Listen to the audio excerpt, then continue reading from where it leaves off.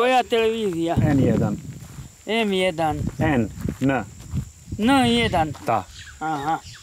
A ja taj kanal i nemam.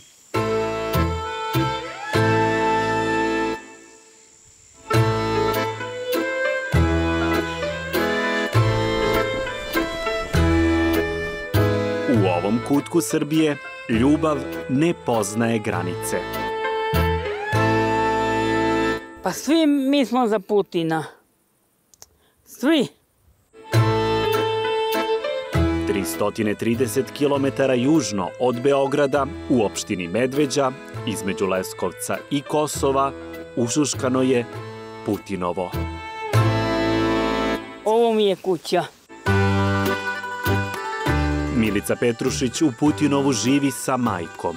Kraj njih još jedna porodica. I ovi preko potoka vamo. Mada sa s njima i ne govorim. To je naš problem. Broj stanovnika u Putinovu menja se kao i vreme. Po minusu samo 2, na vrelini puno je 10 kuća. Leti dođu iz Beograda, a zimi beže u grad.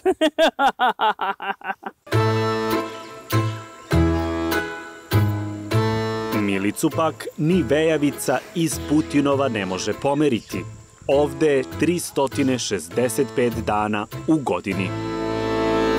Ceo život. Mada nije ceo život živela u Putinovu. Do 2014. selo se zvalo Adžinci. Ali su tada meštani odlučili da je vreme za promene. Zato što je bolje Putinovo neka bidne. Nego Adžinci. Da. Da.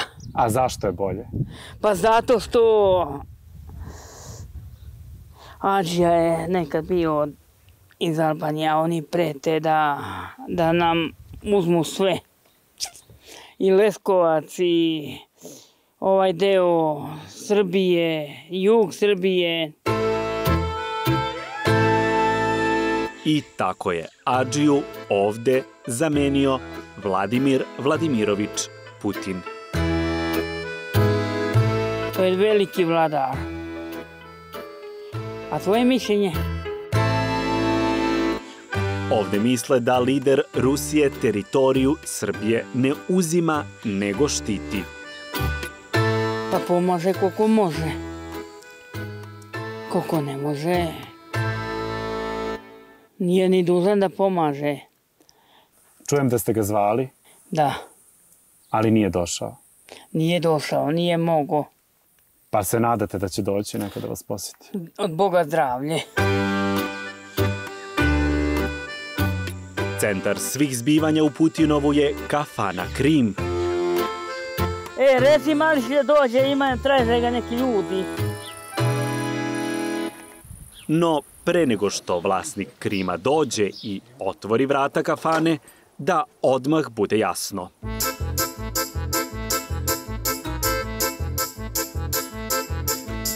Žitelji ovog sela nisu kakvi izolovani čudaci.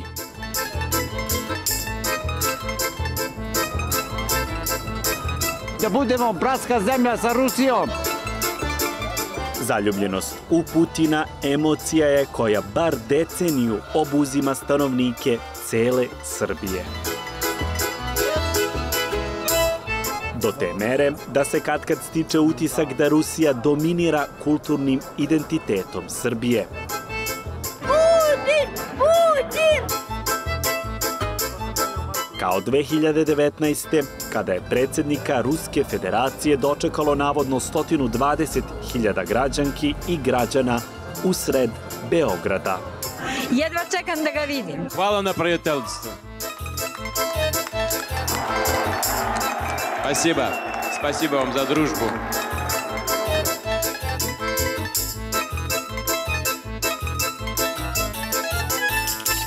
Ipak u svakodnevnom životu družba sa Rusijom je na izdisaju. Kao na primer kada se pakuju koferi. Jer na odmor Srbi putuju mahom po Evropi. I to ne ruskom ladom, već radije nemačkim Mercedesom. A kada prave uspomene sa evropskih destinacija, ne fotografišu ruskim jotafonom, tada je odličan američki iPhone.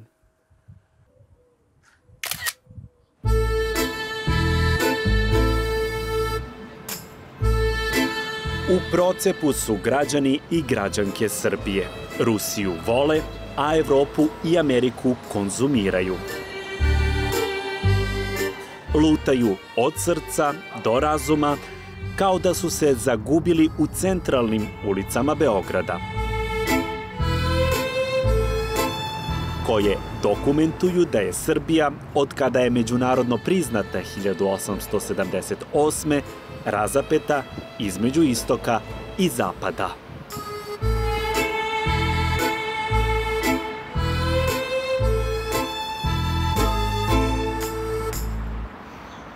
Mi se sada nalazimo u Devojačkom parku. Ja u ovaj park dolazim od kad sam bio dete. Od 2017. park ipak nije Devojački, već Aleksandrov. Evo, ovo je park Aleksandrov, mogu bi da se čita i park Aleksandrov, ako bismo nesvesno na to gledali, ali pretpostavljam da to nije bila namera. Iako preimenovan u vreme vlasti predsjednika Aleksandra Vučića, park je posvećen kompozitoru ruske himne Aleksandru Vasiljeviću Aleksandrovu, to jest istoimenom horu Vojske Rusije.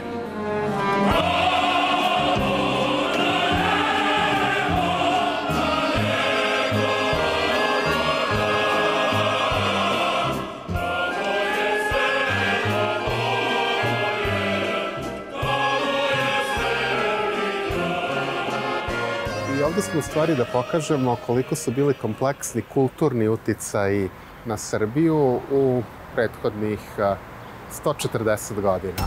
U krugu prečnika 25 metara nalazi se 4 spomenika, a u njima zacementirani ruski, američki, a pre svega uticaj zapadne Evrope, kao na zdanju Starog dvora.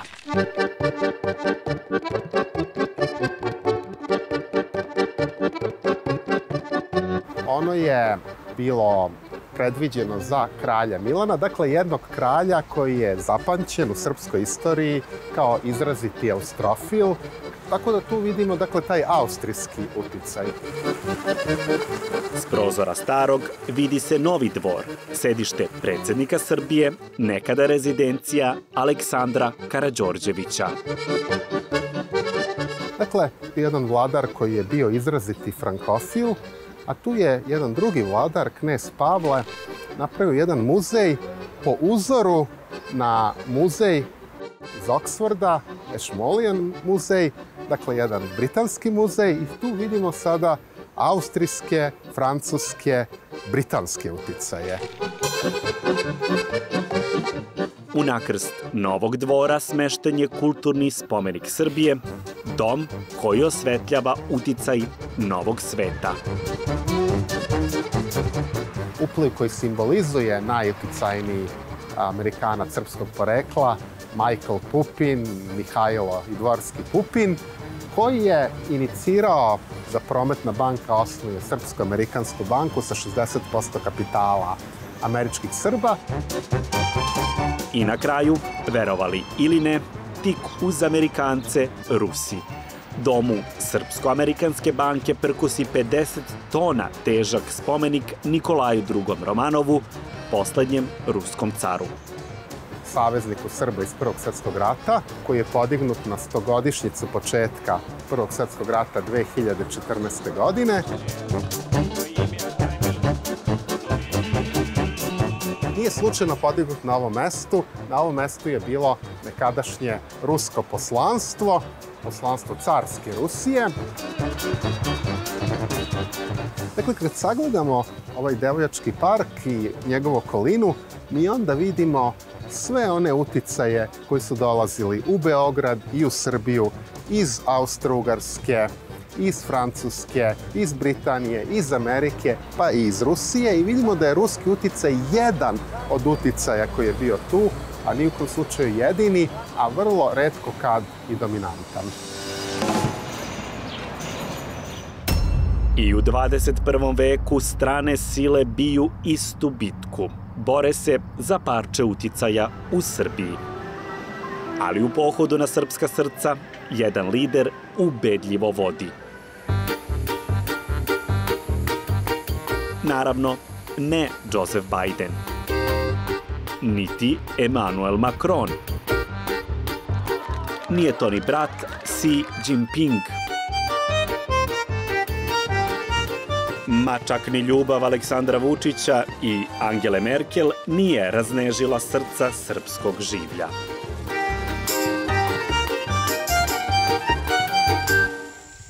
Tako u Srbiji nećete naći put do Merkelova, Bajdenova, niti Makronova, već isključivo do Putinova.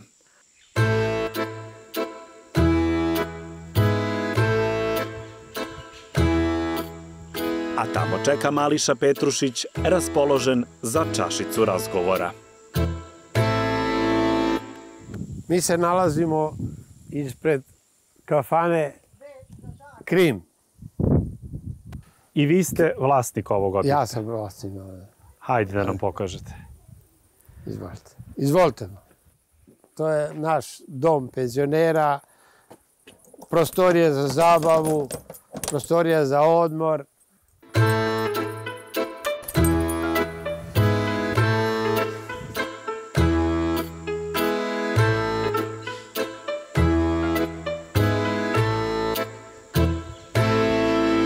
Ovako, ovo sam ja lično na fotografiji. Inače, kume sliko, on je umetnik, ovdje ima svoju izložbu u Gajtanu. Vidite Putin na kalendaru. Ovo je mala biblioteka, priručna biblioteka koju mi služimo. Kad nemamo šta da radimo, onda čitamo knjige. Ako smo raspoloženi, ali retko smo kad raspoloženi. Ali čekajte, šta se tu nalazi u biblioteci? Ima nekih ruskih? Ima i Gogolje, ima i... Ima i knjiga za pripremu američkog testa engleskog jezika TOEFL. Ali se družimo, evo vidite sve kako izgleda. I tu se kartamo, pričamo, diskutujemo, imamo TV. Svi smo ovde familija, dođu i sa strane neki i tako dalje. Od pića može da se dobije rakija, jer to je naše domaće i mi to služimo kao domaćini, gazde, a ne plaćanje i tako dalje. Pivo imamo, a pivo se plati. Pivo se plati.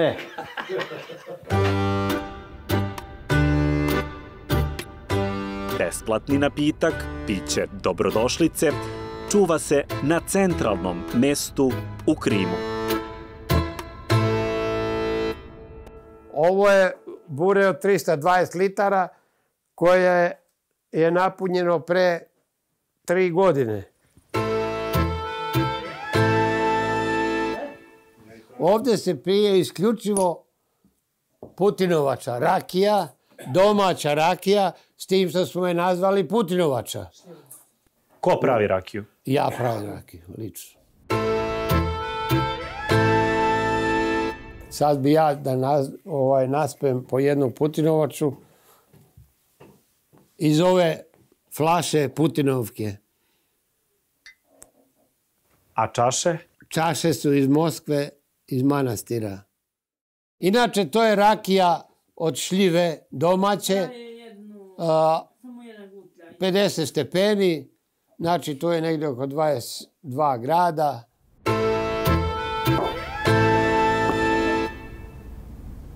Ajde, živjelo ime Rusa i Srba. Živjeli. Hvala vam što ste došli. Živjeli. Dobro, dečito da Bog da... Nas i Rusa 300 miliona. Pa to je odavno. Živjeli Mališa. Živjeli. Pa sad nek udare pa da vide. I dok se u Putinovu mašta o savezu sa Rusijom, u Beogradu se, barem formalno, radi na zbližavanju sa Zapadom.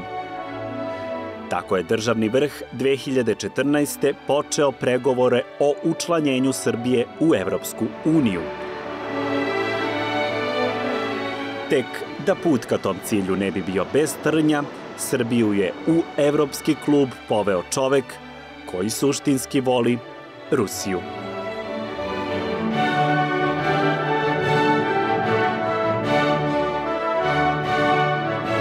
Ja nisam rusofil. Ja volim Rusiju zato što Rusija voli Srbiju. Ja sam srbofil. Lideru Socijalističke partije Srbije je u Briselu te 2014. društvo pravio još jedan srbofil, lider Srpske napredne stranke.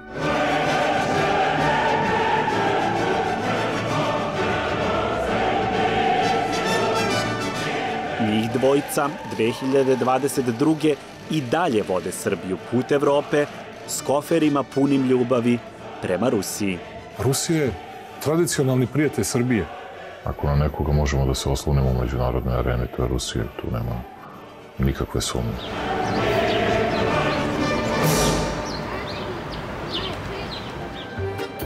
I nije šef države usamljen u stavu da je Rusija Srbiji prijatelj.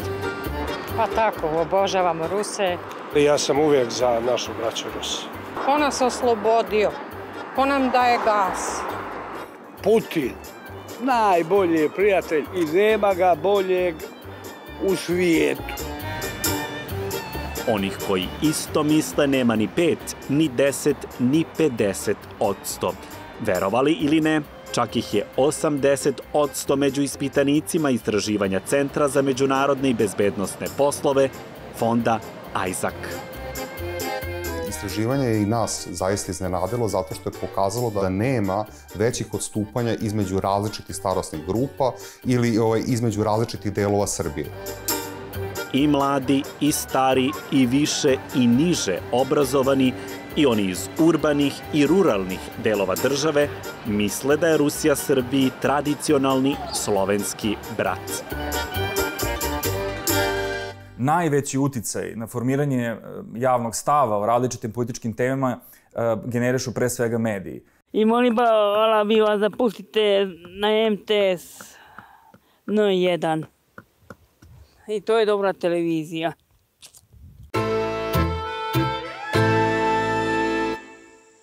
Dok se to ne dogodi, u Putinovu šaltaju manje više standardne televizijske kanale. Pa gledam RTS, Prva Srpska, Pink, B92, K1 i tako redom. I sad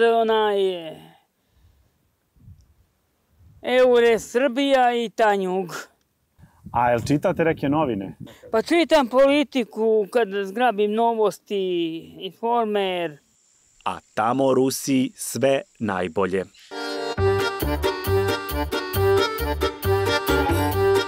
To pokazuje monitoring medija koji već pola decenije radi Centar za istraživanje, transparentnost i odgovornost CRTA. Ubedljivo najveći pobednik u smislu pozitivnog, pristrasnog izveštavanja jeste Rusija. Čudi li onda što su građani i građanke Srbije omađioni Ruskom federacijom? Dokazano bratska zemlja. Šta se krije iza ljubavi prema Rusiji? Srce ili razum, mit ili činjenice? Da li je Rusija Srbiji prijatelj i brat ili su dve države samo partneri? Kao istoričar, dakle, ja odnose Srbije i Rusije i Srba i Rusa vidim nesumnjivo kao prijateljske. Ključna determinanta je interes. U politici svake velike sile, ali i svakog malog naroda postoje određeni interesi. Međutim, recite mi gde ti interesi ne postoje. Čak oni postoje na ličnom planu, u porodici. Uvek je u pitanju bio interes, nikakva emocija. Kada je Rusija odgovaralo da koristi Srbiju zarad njenih odnosa i odmeravanja sa Zapadom, ona je to činila. Rusija je velika sila, ona ima svoje geopolitičke interese, ali istorijski gledano do danas može se reći da su ti odnosi bili prijateljski.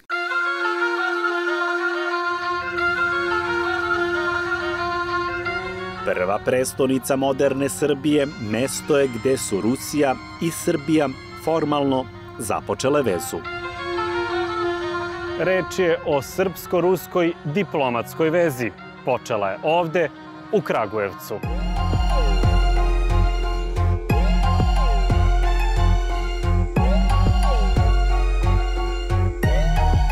Nalazimo se u dvorištu Narodnog muzeja u Kragujevcu na matičnoj lokaciji nekadašnjeg dvorskog kompleksa kneza Miloša.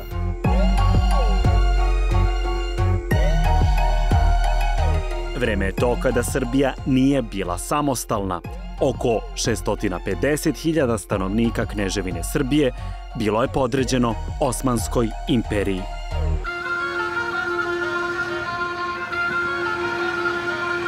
Dakle, nekih 100-200 metara dalje nalazio se veliki knežev konak. To je bila centralna građevina tadašnje državne uprave, gde je knez Miloš zapravo stolovao i gde su i donošene sve bitne odluke, a takođe tu su primane i delegacije.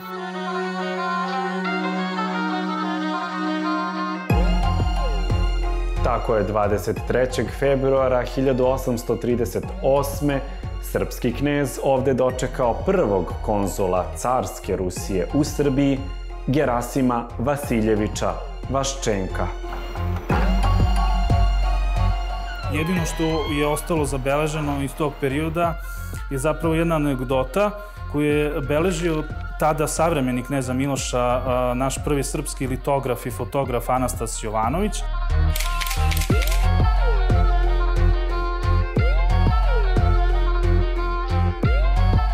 Vaščenko, ruski konzul u Srbiji, dođe jednog dana knezu Milošu. Posle običnih pozdrava Vaščenko stane nešto oporao prigovarati knezu, pominjući često ime svog cara.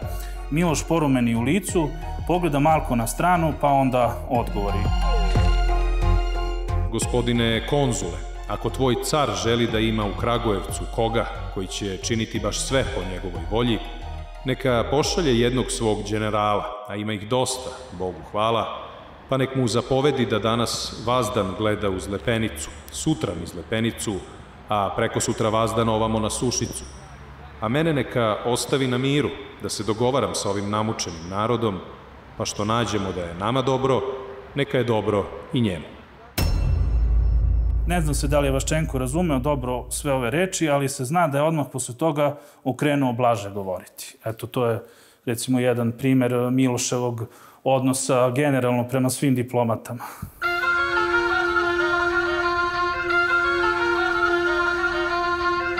Prkos, pre nego prijateljski ton je, čini se, bojio odnos zvanične Srbije prema Rusiji. Zapravo, navodi su historiografiji da knez Miloš i želeo da prestonica ostane u Kragujevcu upravo iz razloga da bi mu što manje smetali i dosađivali strani diplomati, uključujući tu i britanskog Hodžesa i ruskog Vaščenka. Tako da je on želeo da bude odvojen od njih, jer su oni uglavnom boravili tada u konzulatima u Beogradu, a on nije želeo njihove stalne česte posete koje su zapravo bile neka vrsta pritisaka i nekog spoljnog uticaja u njegova unutrašnja pitanja.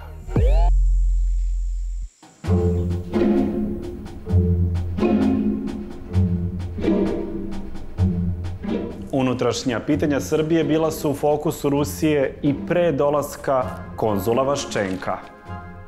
Naime, Rusija i Turska su potpisale Kučuk-Kainardžijski dogovor, prvi dokument koji je Rusiji omogućio da se meša u život hrišćana u Osmanskom carstvu.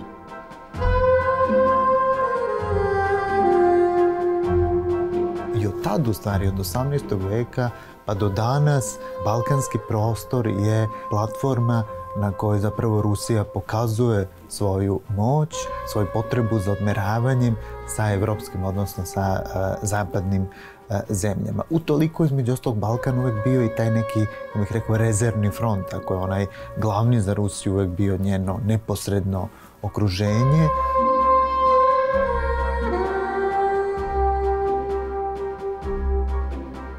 Balkan je bio prostor gde se ona odmeravala sa Zapadom bez posebno puno rizika po vlastitu bezbednost i vlastite teritorijalne i svake druge ciljeve.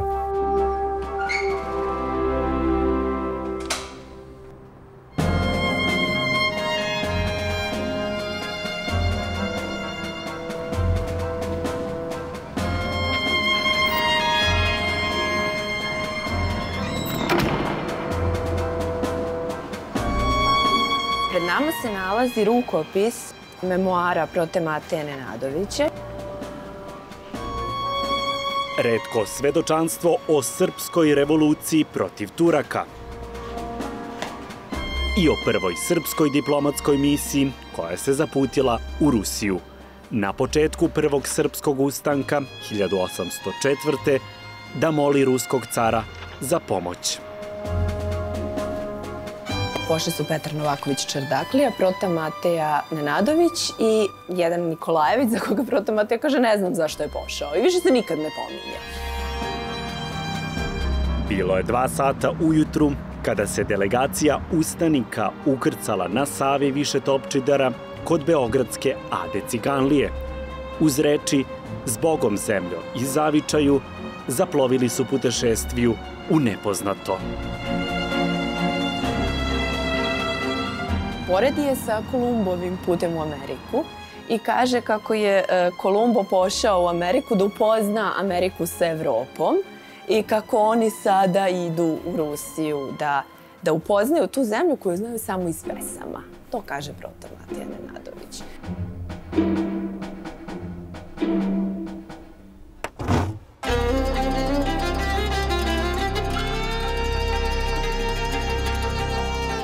Na dugom putu do Sankt Peterburga delegacija je zastala u Harkovu, a tamo su upoznali, kako Nenadović piše, trbušastog profesora Francuza, spremnog da posavetuje. A kuda ste vi jadni pošli? U Petroburg, jeli? Zar će vam moći Rusija šta pomoći? Gde je Petroburga, gde ste vi? Aj, da hoćete samo poći, sad bih vas ja sa sobom u Pariz vodio, pak da vidite dobre i brze pomoći. A od Rusa se nikada nadati nemojte.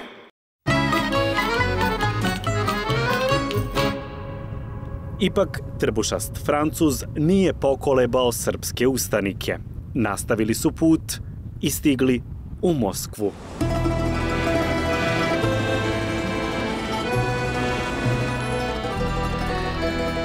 Interesantno je koliko oni nemaju zvest zaista šta znači putovati u Moskvu. Prota Mateja kaže da su svi jako nazebli i da se on u istoj odeći u koji se šetao po Vračaru u julu mesecu je stigao u Moskvu u decembru. Moskvu. Ovaj rukopis svedoči koliko su pre samo 200 godina učeni Srbi znali, to jest nisu znali o Rusiji. Pravoslavna sila pre svega i ništa više o njoj ne znaju. O prijateljstvu nema ni govora. Ustanici su zato planirali da kod cara zaigraju na kartu pravoslavlja. Prota Mateja organizovao jedan popis svih crkava koje su Turci srušili, jer je smatrao da će se Rusi naljutiti i ražalostiti kada vide da su svetinje, pravoslavne svetinje, oskrnavljene. 2 meseca posle isplovljavanja u Beogradu stigli su u Sankt Peterburg. Oni nisu došli na dvor. Oni ni u jednom trenutku nisu bili primljeni na dvoru.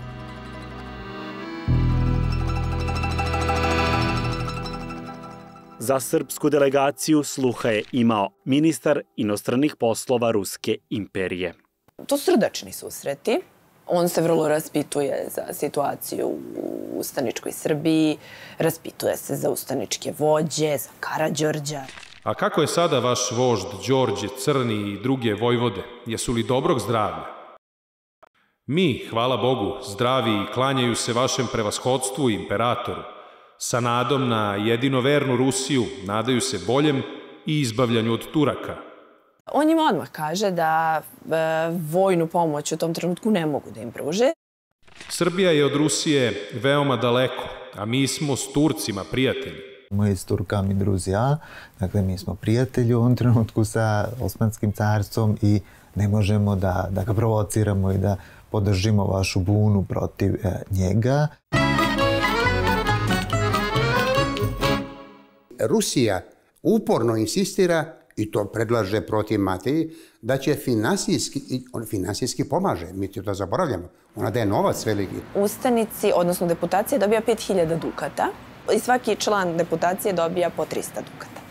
Ako uzmemo u obzir da je Prota Matija krenuo na put sa 300 dukata i da nije bio jedini koga je trebalo nahraniti, prevesti, platiti mu smeštaj, konak i sve ostalo, to nije mala svota. Prota Mateja nije zabeležio da je razočaran tretmanom u Rusiji. Ipak, u Putinovu i dan danas pomalo jesu. To je sudbina, šta da radiš? Nisu baš zadovoljni ruskom ulogom u srpskoj revoluciji.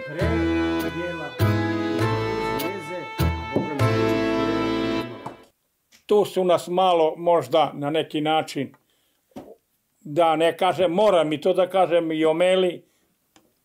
Ne bi prvi srpski ustanak ni propao da su kozaci prešli Dunav. Oni su trebali da pređu Dunav, da pomognu Veljku i Stevanu na Čegru. Ali jedno je mašta malog naroda, drugo interes velikih sila. A sudbina srpskog naroda zavisila je od toga da li su Rusija i Turska bile u ratu ili miru, to jest da li je Rusiji bilo u interesu da preko Srbije s Osmanlijama odmerava snagu. Pazite, mi smo uvek na neki način na poprištu velikih igara, velikih sila. A Rusi su samo u 19. veku sa Osmanlijama vodili 4 ratne igre. Tako, samo 2 godine nakon što je Rusija odbila Protu Mateju zbog prijateljstva sa Turskom, to drugarstvo pada u vodu. Rusija ulazi u rat protiv Osmanskog carstva i ona kaže Srbima ste nam potrebni. Prvi srpski ustanak bio je uveliko u toku, pa su se Srbi priključili Rusiji. Nadali su se da će uz pomoć velike pravoslavne sile posle 4 veka doći kraj životu pod Turcima. Ali, avaj. Kada je Napoleon krenuo na Rusiju, ruska Dunavska armija je morala da zaključi mir, ne može da ratuje na 2 fronta, protiv Turske i protiv Francuske. Reč je o Bukureškom miru Ruskog i Osmanskog carstva iz 1812. Za srpski narod jako značajan jeste Bukureški mir zbog izvesne 8. tačke u kojoj se srpski narod praktično prvi put pominje u jednom međunarodnom dokumentu.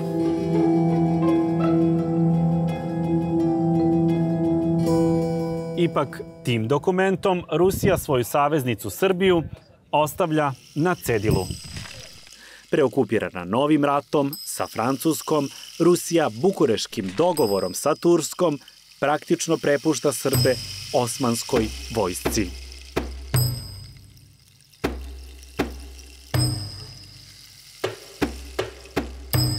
Predviđeno je da se Turci vrate u gradove i to jeste problem.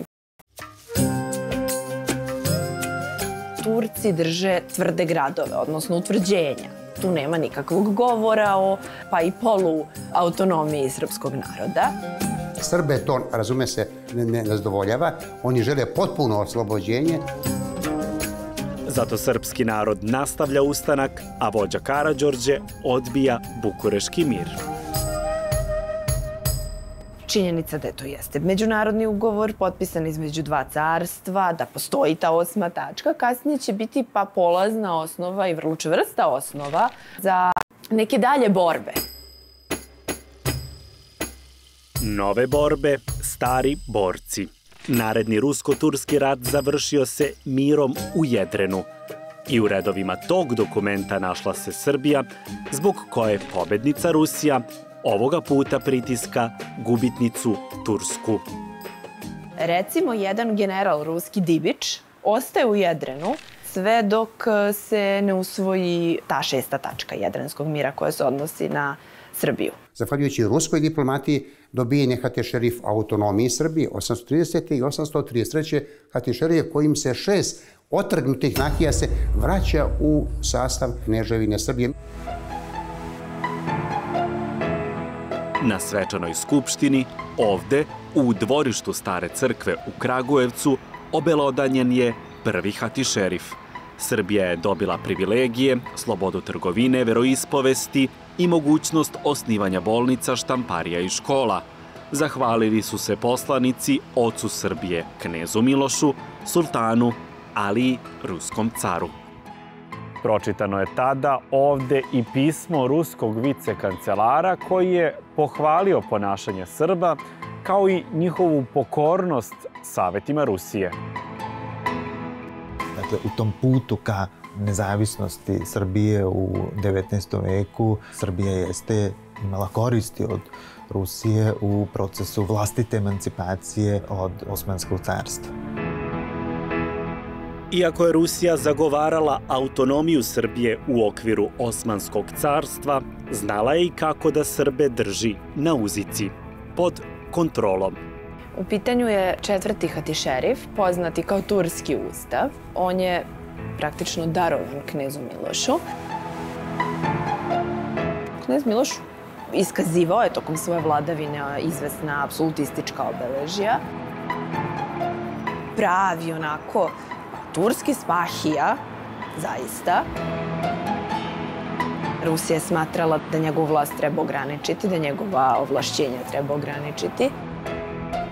Iako je ustav poznat kao turski, jer je na dar stigao iz Osmanskog carstva, u poklonu je učestvovala i Rusija. Knez Miloš je morao da ga prihvati, nije imao izbora. Bio je pritisnut sa različitih strana, ali veliki pritisak je trpeo od Rusije. To je pomalo paradoksalno ako uzmemo u obzir da Rusija nema ustav, ali je te kneževini Srbiji nametnuto da ga ima.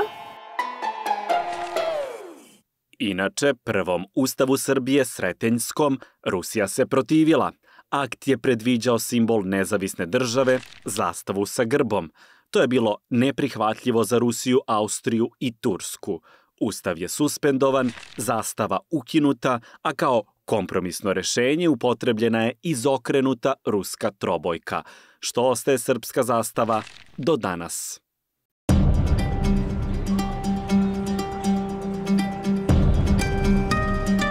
Kada se podvuče crta, 19. vek je stoleće kada su se poklapali interesi Srbije i Rusije. Dve države, takozvane prijateljice, zapravo su imale zajedničku neprijateljicu, Tursku. Rusko-turski ratovi slabili su Osmansko carstvo, od čega su Srbi imali koristi na putu ka nezavisnosti. Premda podrška Rusa nije stizala baš onda kada su Srbi smislili. Scenario pomoći pisala je Rusija. Rusija ipak bila jedini istorijski saveznik srpskog naroda u borbi za oslobođenje i ujedinjenje. Sve druge sile to nisu podržavale. Jedini izuzetak iz tih nekih prijateljskih odnosa bio je Sanstefanski ugovor. Ugovor koji je predviđao nezavisnost Srbije, a za koji ćete čuti kad god se zapodene rasprava o tome kako je i kada Srbiju Rusija navodno zeznula. Reč je o sporazumu pobednice Ruske i gubitnice Osmanske imperije, kojim je okončan još jedan rusko-turski rat. Tada Rusija, na iznenađenje Srbije, njene političke elite, odlučuje da zaigra na kartu Velike Bugarske i stvara se takozvana Sanstefanska Bugarska, odnosno Sanstefanskim mirom iz marta meseca 1878. godine. Stvara se Velika Bugarska država, između ostalog i od delova istočnih teritorija Srbije. Jer projekat Sanstefanske Bugarske, on izlazi na dva mora. Izlazi na Crno more, čak i na Egejsko more, što je bilo potpuno neprirodno. To je, po mom mišljenju, bila velika greška ruske politike. Sanstefanski mir je i po samog Milana Obrenovića bio otrežnjujući. On se tada okreće Habsburškoj monarhiji, odnosno Austro-Ugarskoj. Iako i dan danas pogodan za nadgornjavanje Srba na temu pro i kontra Rusije, Sanstefanski mir zapravo nikada nije zaživeo. revidiran je na Berlinskom kongresu iste godine, kada su se u pitanje Balkana umešale i Austro-Ugarska, Nemačka, Francuska, Velika Britanija i Italija. Kongres se posle mesec dana završio Berlinskim mirom. Srbija je dobila nezavisnost. Za sve vreme vladavine kneza i kralja Milana Obrenovića Srbija vodi austro-ugarsku politiku, ali istovremeno ima diplomatske odnose sa Rusijom. Ti odnosi nisu srdačni, naravno. Rusija daje akcenat na kneza Nikolu Petrovića Crnogorskog.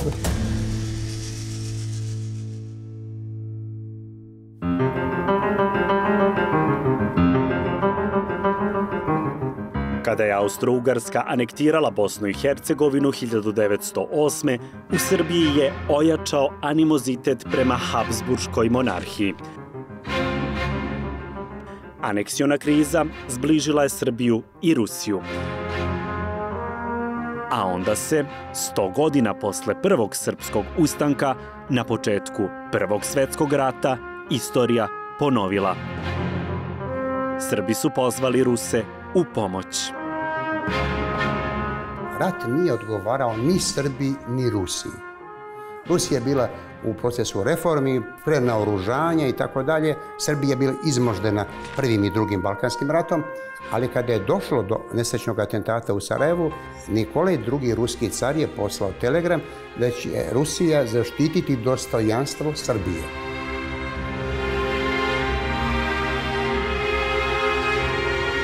Svi moji napori biće upereni na očuvanje dostojanstva Srbije. Ni u kom slučaju Rusija neće biti ravnodušna prema sudbini Srbije. Reči su to Nikolaja II.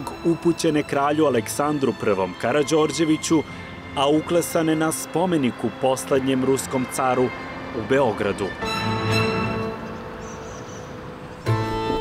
U Putinovu još ne podižu spomenike, za sada kače portrete, a na počasnom mestu u kafani Krim jedan je rezervisan upravo za Nikolaja II. Koji je Srbiju spasio, srpsku vojsku, kad je bila u Albaniji, prelaz preko Albanije. Kad Francuzi nisu hteli da dođu da prevezu srpsku vojsku, da sva pomre. I onda je on naredio ili će da izađe iz pakta ili će da dođe. I Francuzi su onda došli. Pa mi ćemo to često čuti kao interpretaciju da je Rusija ušla u Prvi svjetski rat nepripremljena da bi zaštitila interese Srbije. Rusija je ušla u Prvi svjetski rat da bi sačuvala vlastiti kredibilitet velike sile. Ruski interes je oslobođenje balkanskih naroda, uglavnom pravoslavnih naroda, koje bi objektivno predstavljalo osnovu njenog utjecaja na Balkanu. Razume se. Ona je već bila u problemu zbog 10 godina ranije izgubljenog rata sa Japanom. Imala je prvu revoluciju, bila je u ozbiljnoj krizi, bila je uzdrmana i u stvari ulazak u Prvi svjetski rat je značio odbranu, kako bih rekao, dostojanstva, kredibiliteta same Rusije i Srbija je tu u stvari poslužila samo kao jedan narativ, kao jedan izgovor.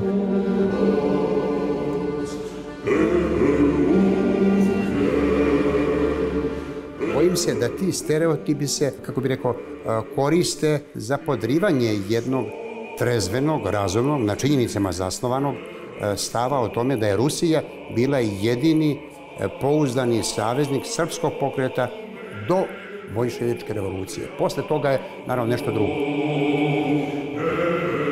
1917. carska Rusija postala je sovjetska. Rušenje dinastije Romanov porušilo je i srpsko-rusku vezu.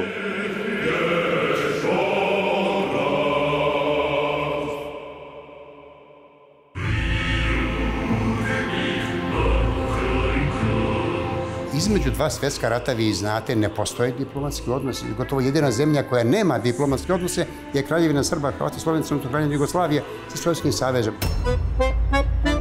Jugoslavija postaje zapravo najsovjetizovaniji satelit. U drugoj polovini 90. godina Rusija zauzima već jedan čvršći kurs prema zapadu i vrhunac tih loših odnosa jeste i ta 99. godina i bombardovanje SR Jugoslavije. Rusija i Srbija su danas najbolji prijatelji. Koštunica je taj koji počinje da se dopada Rusiji. Jedino što više volim od Rusije, to je Srbija. U trenutku kada Zapad zavodi prvi veliki set sankcija, zapravo Srbija ne samo da ne zavodi sankcije, nego čak pokazuje to svoje bratimljenje sa Rusijom. To nije bratstvo dva jednaka brata, blizanca. Tu se uvek jasno kaže stariji brat, veći brat. A mi smo, mi, Ukrajinci, Belorusi, mala braća, mlađi brat.